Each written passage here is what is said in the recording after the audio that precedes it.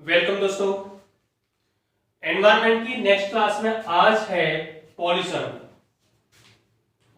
Pollution किसे कहते हैं, कितने इसके पार्ट हैं, कौन कौन से इसके प्रयोग हैं, इसके लिए संरक्षण क्या क्या है, उसके बारे में डिटेल में बात करेंगे। दोस्तों, वीडियो शुरू करने से पहले मैं आपसे एक बात बोलना चाहूंगा।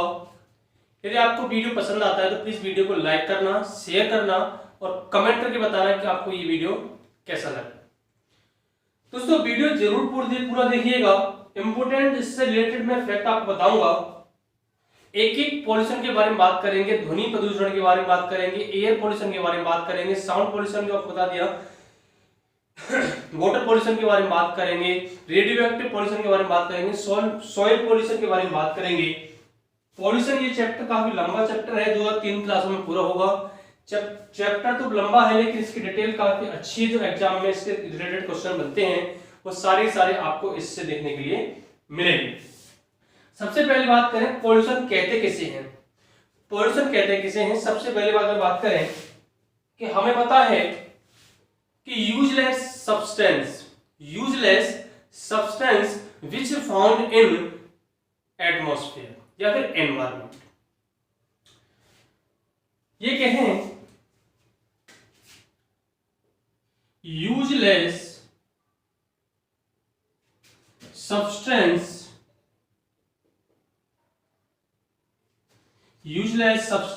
which found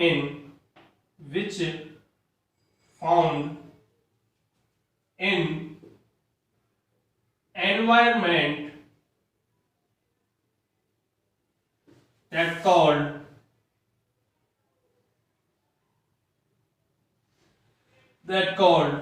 pollution। कहने का मतलब वह अनावश्यक पदार्थ जो पर्यावरण में पाए जाते हैं, क्या कहलाते हैं? प्रदूषण कहलाते हैं। वह अनावश्यक पदार्थ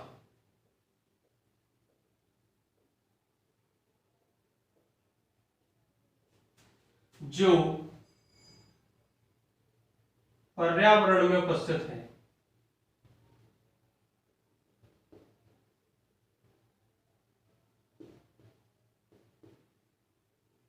क्या कहलाता है? पॉल्यूशन कहलाता है। ये पॉल्यूशन जो है कई प्रकार का होता है। जैसे कि मैं बात करूं इसके टाइप जो है, टाइप ऑफ पॉल्यूशन।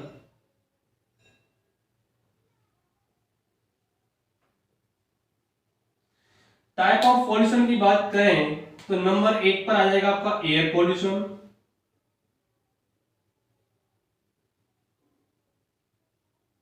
नंबर 2 पर आ जाएगा आपका वाटर पॉल्यूशन।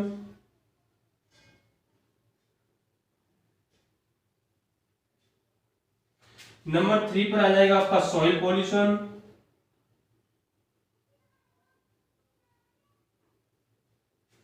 इसके अलावा और आ जाएगा इसमें क्या? प्लास्टिक पॉल्यूशन,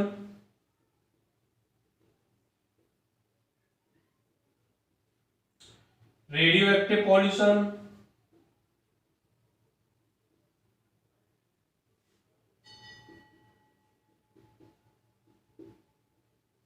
इसके अलावा एक और पॉल्यूशन है, वो क्या है? नॉइस पॉल्यूशन या फिर साउंड कह लो उसे पॉल्यूशन। हम इनमें से एक एक करके उठाएंगे। एयर पॉल्यूशन को बारे में बात करेंगे। एयर पॉल्यूशन के बारे में इस वाली क्लास में सब एयर पॉल्यूशन के बारे में ही बात कर पाएंगे। नेक्स्ट क्लास में वाटर पॉल्यूशन पर बात कर पाएंगे। अगली क्लास में सॉइल पॉल्यूशन पर बात कर पाएंगे। इससे रिलेटेड 3 से 4 क्लासेस आपको देखने के लिए मिलेंगे।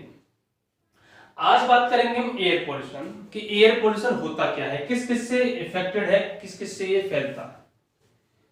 ठीक है, एयर पॉल्यूशन की अगर बात करें, एयर पॉल्यूशन, ये इतना समझ में आ गया होगा। एयर पॉल्यूशन देखिए, हेडिंग डालिए एयर पॉल्यूशन।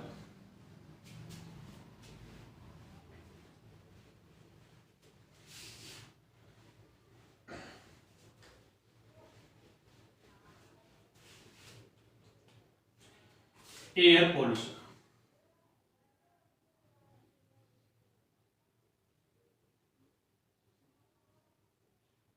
वायु प्रदूषण।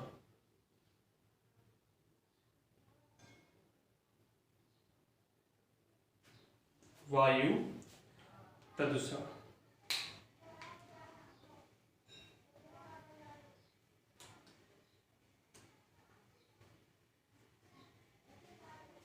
देखिए, वायु प्रदूषण मतलब वायु में होने वाला प्रदूषण। अब ये कैसे मालूम पड़ा कि ये वायु प्रदूषण में आता है? इसकी डेफिनेशन क्या होती है वो जरा सुन लीजिए। वायु में उपस्थित वायु में उपस्थित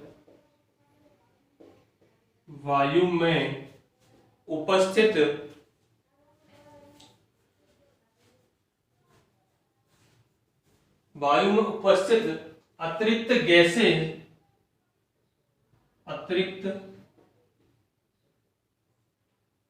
गैस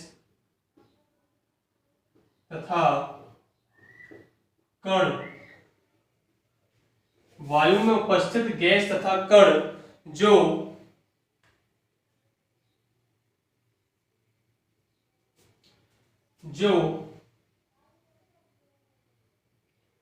वायु को प्रदूषित करते हैं, जो वायु को प्रदूषित करते हैं, वायु प्रदूषण कहलाते हैं। अब वायु में उपस्थित कौन कौन से प्रदूषक हैं? वायु प्रदूषक कहलाते हैं, प्रदूषित करते हैं, वायु प्रदूषक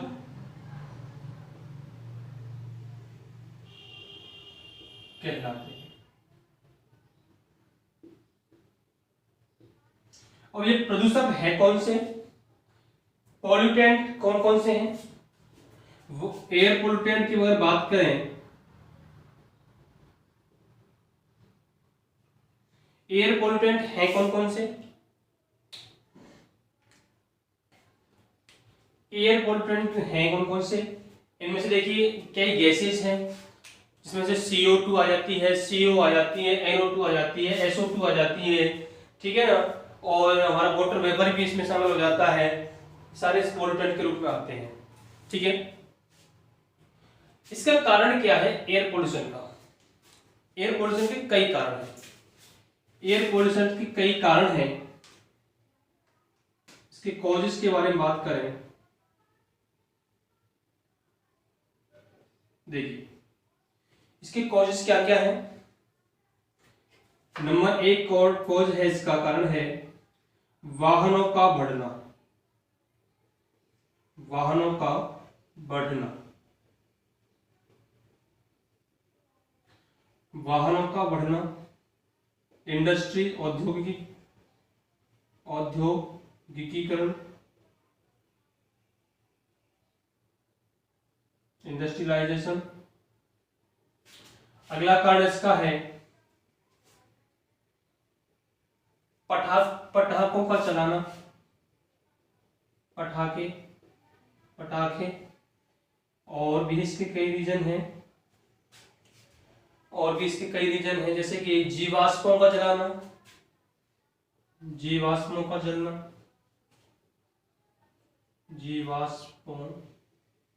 जीवाश्मों को जलाना, जिनमें से एक है कोयला, जीवाश्मों और लकड़ी का ईंधन जलाना, जिनमें से कोयला है। ये सब कुछ क्या है? एयर पोल्यूटेंट के कारण है। और इनमें से एयर पोल्यूटेंट हैं कौन कौन से? अगर हम एयर पोल्यूटेंट की बात करें, कौन कौन से हैं? एक तो हमारे सबसे पहले अगर बात करें, सबसे फर्स्ट प्राइज मतलब सबसे पहला नंबर दिया जाता है CO2। उसके बाद में ही CO आ जाता है, नाइट्रोजन के ऑक्साइड आ जाते हैं, नाइट्रोजन के ऑक्साइड इसी में आ जाते हैं, SO2 इसी में आ जाता है, वाटर वेपर इसी में आ जाता है, ठीक है ना। ये सारे सारे इसमें एयर पोल्यूशन में शामिल हो जाते हैं। इसके टाइप होते हैं दो, एयर पोल्यूटेंट के टाइप होते हैं दो टाइप होते हैं इसके एयर पोल्यूटेंट के। कौन कौन से होते हैं? एक तो ये एयर पोल्यूटेंट जो होते हैं वो एक तो गैस के रूप में होते हैं, गैस के रूप में होते हैं, गैस के रूप में जो मैंने बता दी, और ये दो होते हैं कणों के रूप में।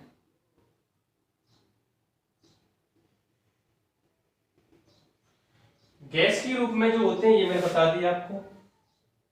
कणों के रूप में जिन्हें हम पार्टिकुलर मैटर बोलते हैं, पीएम के रूप में उन्हें मापा जाता है, उसके बारे में बात करेंगे, ठीक है ना। गैसों के रूप में भी दो तरीके के होते हैं। एक होते हैं इसमें से प्राइमरी, जिन्हें प्राथमिक बोला जाता है, एक जो बोला जाता है सेकेंडरी, जिन्हें द्वितीयक बोला जाता है।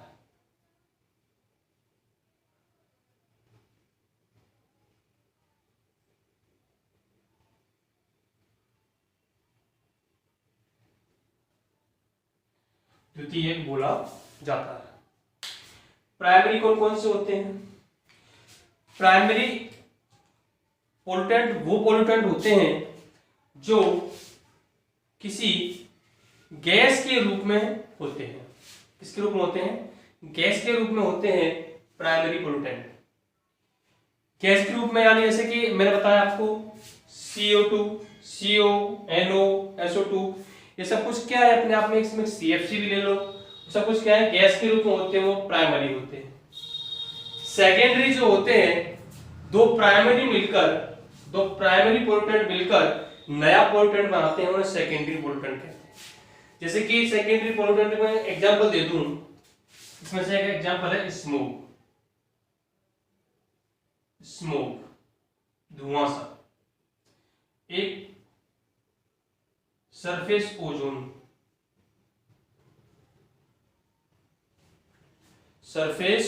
ओजोन, ग्राउंड ओजोन भी इसे कहा जाता है, इसे ग्राउंड ओजोन भी कहा जाता है।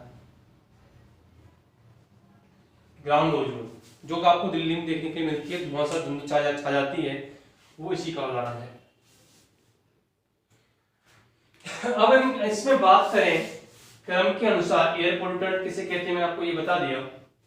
एयर पोल्यूशन किसे कहते हैं ये भी आपको बता दिया, लेकिन इसमें से इसकी प्रॉब्लम क्या क्रिएट होती है उसके बारे में बात करते हैं। सबसे पहले हम क्रम से पढ़ेंगे ही।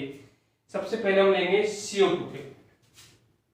CO2 हमारे एनवायरनमेंट में क्या इफेक्ट छोड़ता है उसके बारे में बात करेंगे। सबसे पहले हेडिंग डालिए CO2।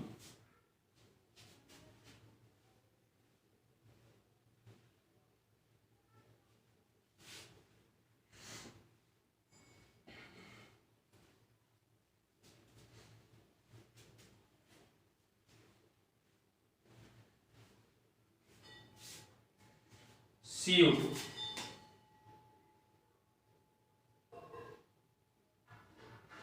कार्बन डाइऑक्साइड,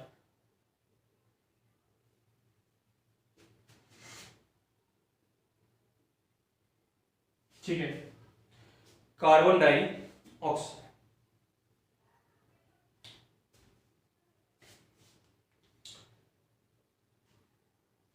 देखिए ये CO2 है, किसके लिए प्रयोग की जाती है? ये CO2 है, इसका प्रयोग आग बुझाने के लिए किया जाता है। इसका प्रयोग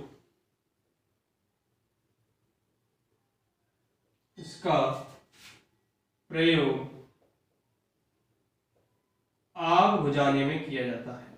आग बुझाने में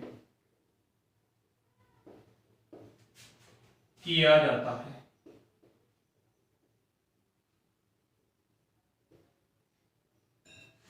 CO2 का प्रयोग किसमें किया जाता है? आग बुझाने में किया जाता है। ये वायुमंडल में वायुमंडल में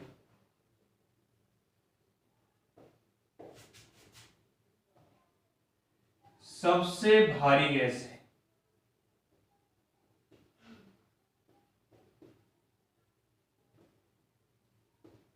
या यूं कहें, ये हवा से भारी गैस है, हवा से भारी है। ये हवा से भारी गैस है और ये वायुमंडल में सबसे भारी गैस होने के कारण ये सरफेस एरिया पर ही रहती है, सतह पर ही बनी रहती है। इसकी जो मात्रा है वायुमंडल में इसकी अगर मात्रा की बात करें वो कितनी है, 0.03%। कितनी है, 0.03% इसकी वायुमंडल में मात्रा बनी हुई है। ठीक है, ये जो है ये प्रकाश संश्लेषण में भी भाग लेती है। किसमें भाग लेती है, प्रकाश संश्लेषण, फोटोसिंथेसिस में भी भाग लेती है। प्रकाश संश्लेषण में भी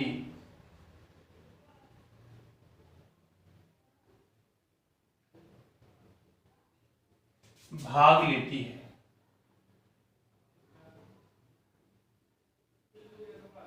किसमें भाग लेती है, ये फोटोसिंथेसिस में भाग लेती है।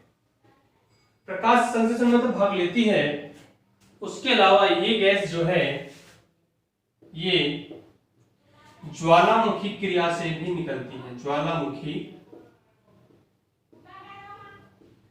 क्रिया से भी निकलती है।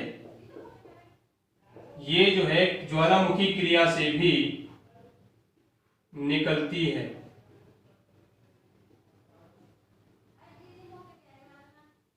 ये ज्वालामुखी क्रिया से भी निकलती है। ये ज्वालामुखी क्रिया से भी निकलती है। उसके अलावा ये जीवों द्वारा भी छोड़ी जाती है। जीवों द्वारा भी छोड़ी जाती है।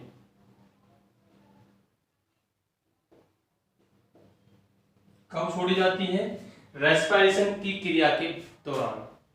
जब हम श्वसन करते हैं तो कार्बन डाइऑक्साइड गैस बाहर निकालते हैं।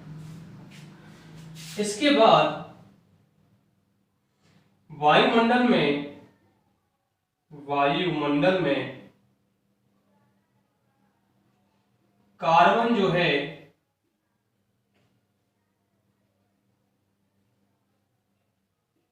किस रूप में पाया जाता है, कार्बन भी CO2 के रूप में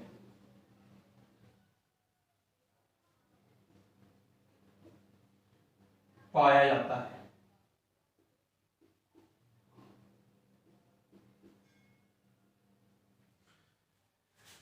वायुमंडल में कार्बन किसके रूप में पाया जाता है, CO2 के रूप में पाया जाता है। ठीक है, ये इसके अलावा ये वैश्विक तापमान में भी बढ़त करती है। वैश्विक तापमान बढ़ाने में भी भाग लेती है। ये वैश्विक तापमान बढ़ाती है। ग्लोबल वार्मिंग में बढ़ाने का कार्य करती है। वैश्विक तापमान बढ़ाने का कार्य करती है। ये जो है अत्यधिक एक्टिव गैस है, मोस्ट रिएक्टिव गैस है किसमें, ग्लोबल वार्मिंग में। इसलिए ये जो है वैश्विक तापमान बढ़ाने का कार्य करती है। वैश्विक ग्लोबल वार्मिंग में सबसे ज्यादा भाग कौन सी गैस निभाती है, वैसे वाटर वेपर निभाता है। जलवाष्प सबसे ज्यादा तापमान बढ़ाने का कार्य करता है, लेकिन गैसों की बात करें तो CO2 का नाम आता है। इतना आपको समझ में आ गया होगा। कार्बन डाइऑक्साइड गैस से रिलेटेड क्वेश्चन आपको समझ में आ गए होंगे। एग्जाम बनते हैं कि इसका प्रयोग किस में किया जाता है, आग बुझाने में किया जाता है। वायुमंडल में सबसे ज्यादा भारी गैस कौन सी है, CO2 है। वायुमंडल कितने परसेंट इसकी मात्रा है, 0.03% इसकी मात्रा है। प्रकाश संश्लेषण में भाग लेती है, जी हाँ लेती है भाग। ज्वालामुखी से निकलती है, बिल्कुल निकलती है। जीवों द्वारा छोड़ी जाती है, हाँ जी छोड़ी जाती है। वायुमंडल में कार्बन किसके रूप में पाया जाता है, CO2 के रूप में पाया जाता है। ये वैश्विक तापमान में बढ़ोतरी करती है, बिल्कुल करती है। ठीक है, इतना समझ में आ गया होगा। नेक्स्ट हमने बोला था किसके बारे में, SO2 के बारे में। ठीक है, अगली गैस लेते हैं हम SO2, कार्बन डाइऑक्साइड CO2 समझ में आ गया। अगली देखिए SO2।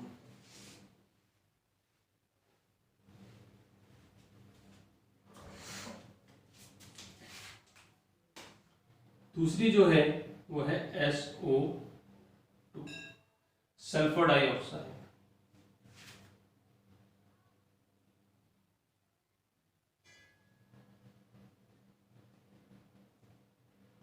Sulphur dioxide.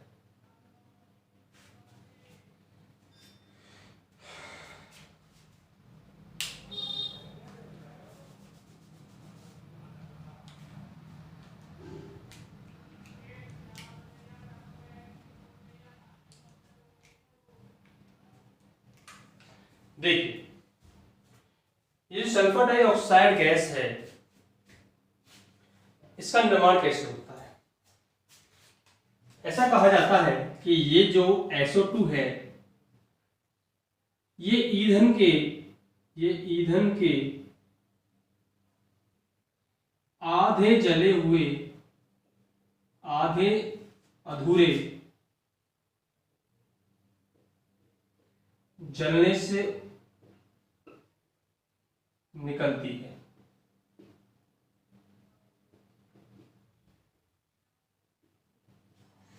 SO2 gas किससे निकलती है, जब ईंधन जो है आधा अधूरा जलाया जाता है। कहने का मतलब ईंधन पूरा नहीं जलाया जाता है, जिससे धुआं के रूप में निकलती है, वो कौन सी गैस होती है, SO2 गैस होती है। इस गैस का प्रभाव क्या क्या है, ये जो है ये आंखों में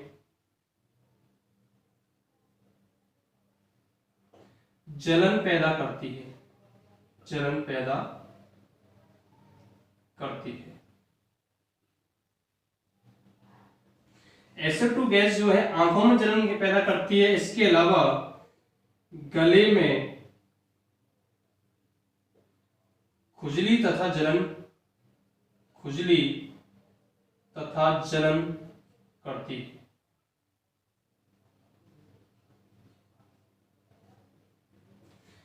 आंखों में भी जलन पैदा करती है और आंखों में इचिंग करती है और गले में भी खुजली तथा जलन पैदा करती है। आप कभी कभी देखा होगा, किसी भी शहरीले इलाके में पहुंचते हो, किसी शहर में पहुंचते हो, तो आपकी आंखों में जलन होना शुरू हो जाता है। या फिर हम कभी भी किसी आग के पास खड़े होते हैं, उससे अचानक धुआं हमारी आंखों में जाता है तो हमें जलन फील होती है, खुजली फील होती है, इचिंग फील होती है। वो किसके कारण होती है, सल्फर डाइऑक्साइड के कारण। किसके कारण होती है, सल्फर डाइऑक्साइड के कारण होती है। ये जो है ये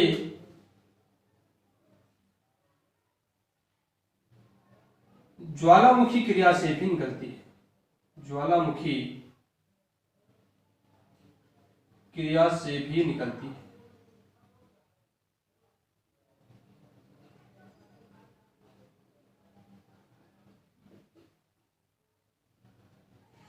किससे निकलती है, ज्वालामुखी क्रिया से भी ये निकलती है। ठीक है, और ये जो है वायुमंडल में ऑक्सीजन वाटर वेपर के साथ क्रिया करके H2SO4 का निर्माण करती है। किसका निर्माण करती है, H2SO4 का निर्माण करती है। किसके साथ क्रिया करके, वाटर वेपर के साथ क्रिया करके। ये जल वाष्प के साथ क्रिया करके,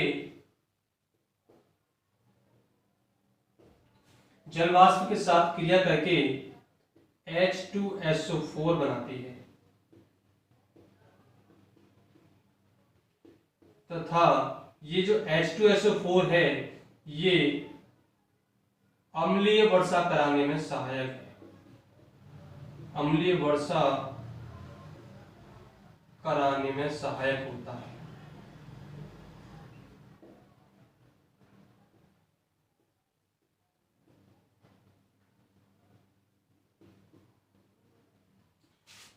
क्वेश्चन कई बार पूछा गया है कि अम्लीय वर्षा किस गैस के कारण होती है?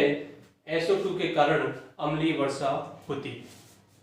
क्यों होती है कि SO2 जो गैस है वो जलवाष्प के साथ क्रिया करके H2SO4 बनाती है और जो H2SO4 है ये एसिडिक होता है और एसिडिक होने के कारण ये जल के साथ क्रिया करके H2SO4 बनाता है और ये एसिडिक रेन कराता है। ठीक है ना? एसिडिक रेन कराता है और ये एसिडिक रेन होने के बाद इसका इफेक्ट क्या होता है? जितनी भी पुरानी बिल्डिंग्स हैं उनका रंग फीका हो जाता है। ठीक है,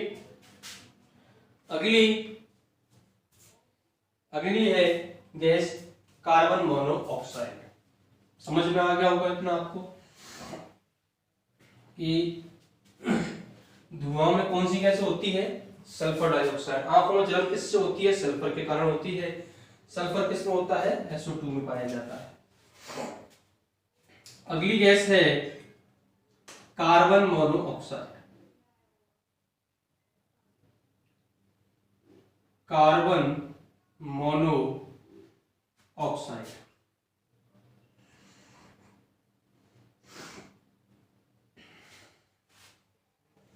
ये गैस कहां से निकलती है?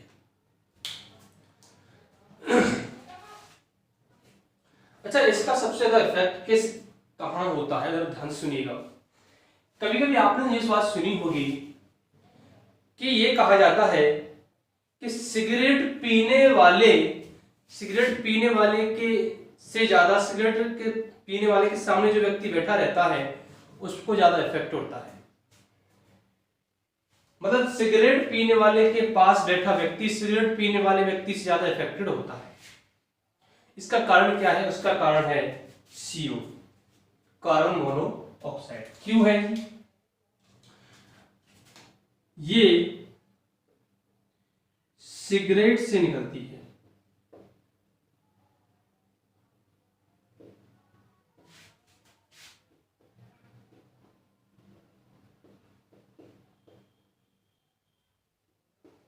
अब इस सिगरेट से ही नहीं बल्कि जो भी ईंधन रिस कर जलता है, मतलब धीरे धीरे करके जलता है, कभी अचानक आग पकड़ता है फिर धुआं करता रहता है। व्हाइट जो धुआं होता है व्हाइट जो धुआं है वो कार्बन मोनोऑक्साइड होता है। सफेद जो धुआं होता है वो कार्बन मोनोऑक्साइड का होता है। रिस कर जलना मतलब धीरे धीरे रिस कर जलना, स्लो मोशन में जलना। ठीक है, और धुआं पैदा करना। सिगरेट आप लोगों ने देखी होगी, आगे से जब जली रहती है तो धीरे धीरे जलती है, उसमें से जो धुआं निकलता है उसमें से कार्बन मोनोऑक्साइड निकलती है। कौन सी गैस निकलती है? Carbon monoxide. इसका रंग कैसा होता है? ये सफेद धुआं के रूप में निकलती है। सफेद धुएं के रूप में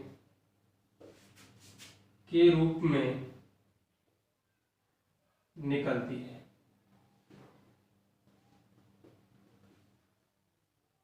किसके रूप में निकलती है? सफेद धुएं के रूप में निकलती है। अच्छा, ये जो है इसको एक नाम और दिया जाता है, इसे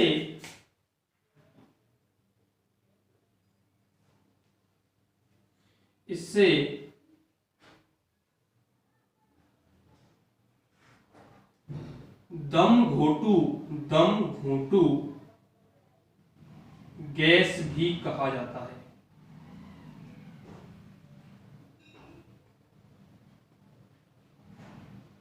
अब इसे दम घोटू गैस क्यों कहा जाता है? हमारे शरीर में, हमारे बॉडी में जो ऑक्सीजन ले जाने का कार्य करती है वो है हीमोग्लोबिन। क्या है? हीमोग्लोबिन। हीमोग्लोबिन जो है ऑक्सीजन ले जाने का काम करती है। अब ये जब गैस हमारे शरीर में वायु के साथ पहुंचती है, वायु के साथ जब ये हमारे लंग्स में एंटर करती है, जो लंग्स की जो यूनिट होती है, लंग्स की जो बेसिक यूनिट है वो है एल्वियोलाई। एल्वियोलाई से ही हमारे शरीर से ऑक्सीजन हीमोग्लोबिन में साथ घुलती है। अब ये जो है जब लंग्स में प्रवेश करती है तो ये हीमोग्लोबिन को ऑक्सीजन ले जाने से रोकती है। हीमोग्लोबिन को ये ऑक्सीजन ले जाने से रोकती है, जिससे क्या होता है, जब ऑक्सीजन का हमारे शरीर में आदान प्रदान नहीं होता तो लंग्स में जो एल्वियोलाई है वो चौक हो जाती है, बंद हो जाती है, इंसान का दम घुट जाता है, तो जब दम घुट जाता है तो उसकी मौत हो जाती है। इसलिए आप लोगों ने कुछ समय पहले एक केस सुना होगा, दिल्ली में अचानक से एक घर की फैमिली रातों रात में उन सभी व्यक्तियों की डेथ हो जाती है। दिल्ली में कुछ दिन पहले एक केस हुआ था कि रातों रात एक ही घर से 11 यानी 7 लोग थे, तो कितने लोग तो मुझे ध्यान नहीं है, लेकिन एक घर में से अचानक सारी की सारी फैमिली खत्म हो गई थी। वो उसका कारण क्या था? उसका कारण ये था कि ये जो गैस है ये हीटर से भी निकलती है। किससे निकलती है? ये हीटर से भी निकलती है, हीटर से भी निकलती है।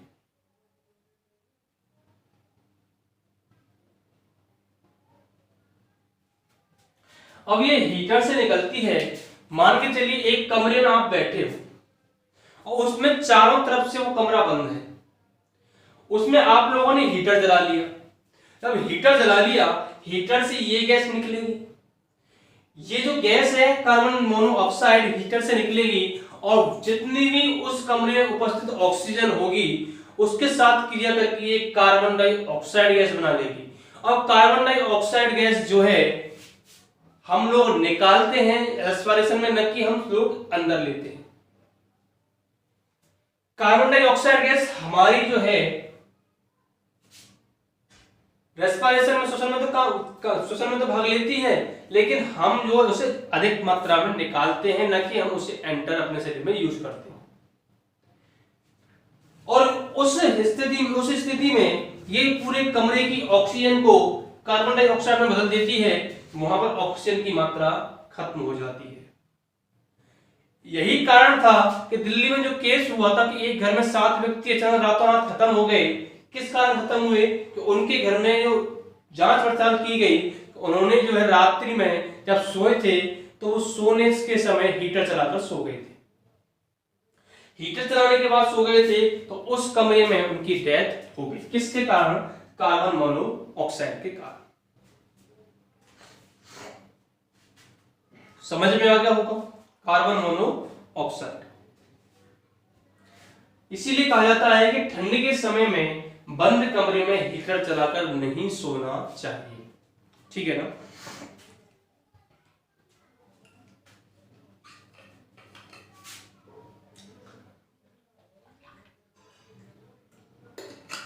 आप लोगों को समझ में आ रहा होगा। समझ में नहीं आ रहा है तो प्लीज मुझसे जरूर कमेंट करके बताना।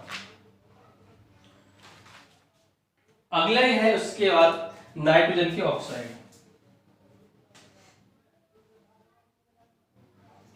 NO2 nitrogen oxide, oxide of nitrogen.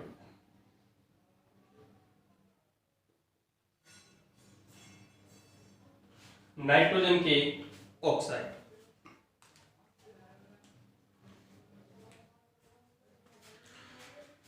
ये जो है नाइट्रोजन के ऑक्साइड कहां से निकलते हैं? ये जो है वाहनों से निकलने वाले धुएं से निकलती है। ये कहां से निकलती है? ये वाहनों से निकलने वाले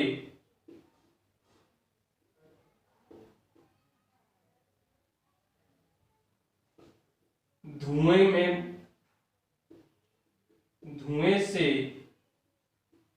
निकलती है।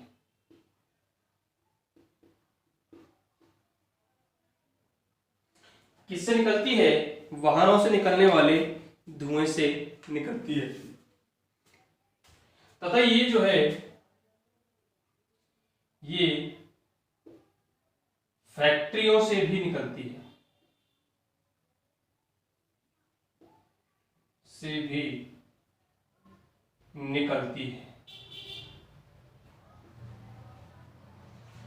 फैक्ट्री से भी निकलती है। अब ये जो है धुआं से निकलती है, ये गैस जो है स्मोक बनाती है, धुआं सा बनाने का काम करती है। ये स्मोक का निर्माण करती है।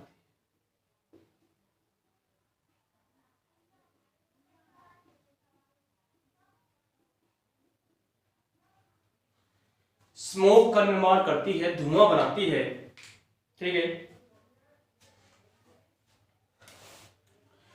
अगर इसकी जो मात्रा है वो अगर ज्यादा बढ़ जाती है, इसकी जब मात्रा ज्यादा बढ़ जाती है तो जो प्लांट्स हैं पौधों की ग्रोथ रुक जाती है, पौधों की जो ग्रोथ रुक जाती है और वस्तुओं का रंग हल्का पड़ जाता है। किसके कारण? NO के कारण, नाइट्रोजन ऑक्साइड के कारण। लाइट चली गई है दोस्तों, तो आज की वीडियो में इतना ही रखते हैं। नेक्स्ट वीडियो में इसको आगे बढ़ाएंगे। अभी जो है एयर पोल्यूशन की एक और गैस रह गई है, वो कौन सी है? अमोनिया गैस है, उसके बारे में बताएंगे। फिर जो एयर पोल्यूशन का जो सेकेंडरी पॉल्यूटेंट था उसके बारे में बात करेंगे।